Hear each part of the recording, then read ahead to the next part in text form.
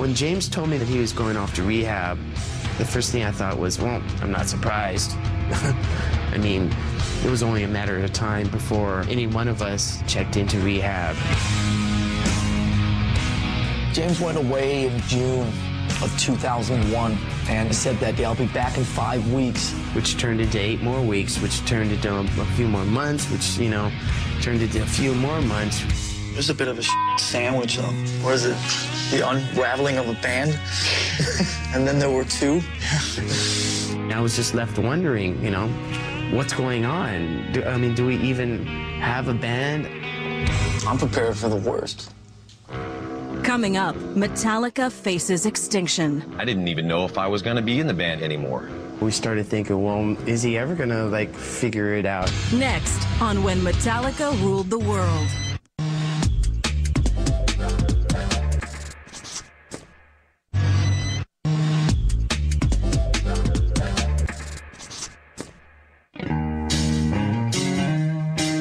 During the entire period where James was in rehab, Metallica looked like it was falling apart. The longer James chooses to stay away from dealing with us, the further we drift apart. He was away for months and months and months. Even by the time he came back to San Francisco, he was still doing his own thing. I had to step up and take care of myself. My life was filled with other things, connecting with family again, trying to save my marriage, seeing my kids. I didn't even know if I was going to be in the band anymore. We started thinking, well, is he ever gonna, like, figure it out? It took a lot of thinking. What's going on in my head now? Where am I at? What do I need in my life? A lot of stuff. Eventually, he did tell us that he was ready. Anyway, here we are. Play a riff.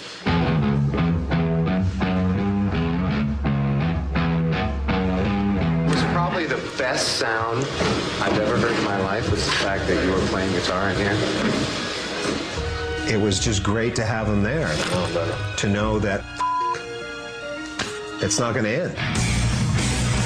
Having the support from band, it was just amazing. It was like being born again. We really had to go through all those bad, dark times to get back to the good times. The big machine started rolling again, and they kind of swung back into Metallica world. The album, Saint Anger, made a lot of sense. It spoke so much of my heart and of everyone else's heart in the band. Who's in charge of my head today? Dancing devils and angels away. We've proven that you can make aggressive music without negative energy. Enough's enough! That was awesome!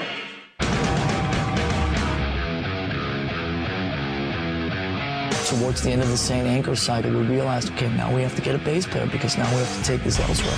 So we started auditioning.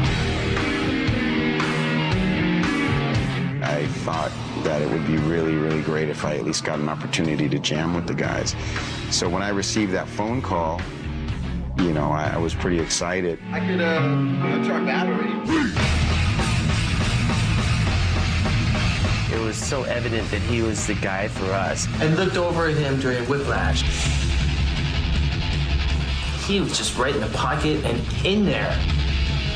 It hadn't been played that way since Cliff. We wanted to send a message that he would start out immediately as an equal.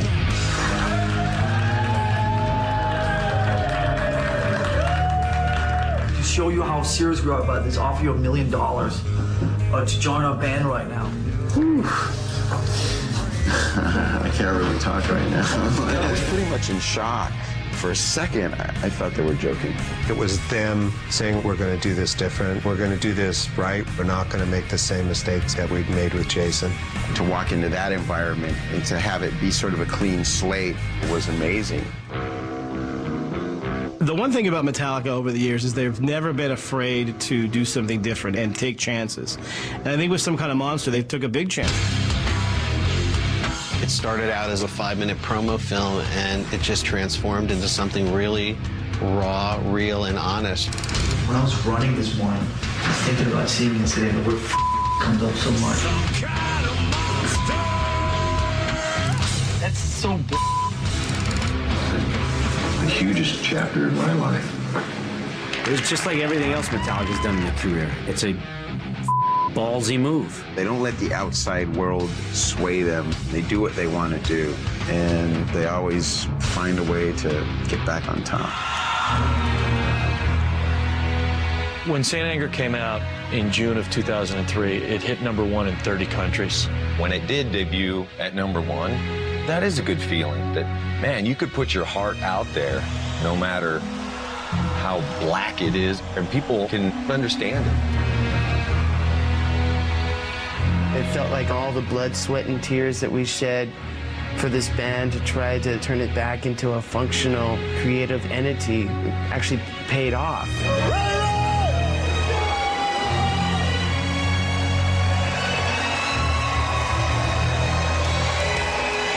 From the minute they took the stage for the first time, they felt that they had overcome so much that they truly felt bulletproof.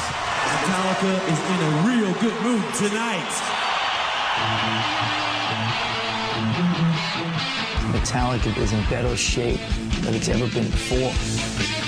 And when you've been doing something like this for 23 years, that's a pretty big statement. It seemed for a long time like we would never really make it to this point. All right. But we're still here, and we're still kicking ass. Get on the train with us and hold on tight, because we don't stop, we go hard. We still rule the world.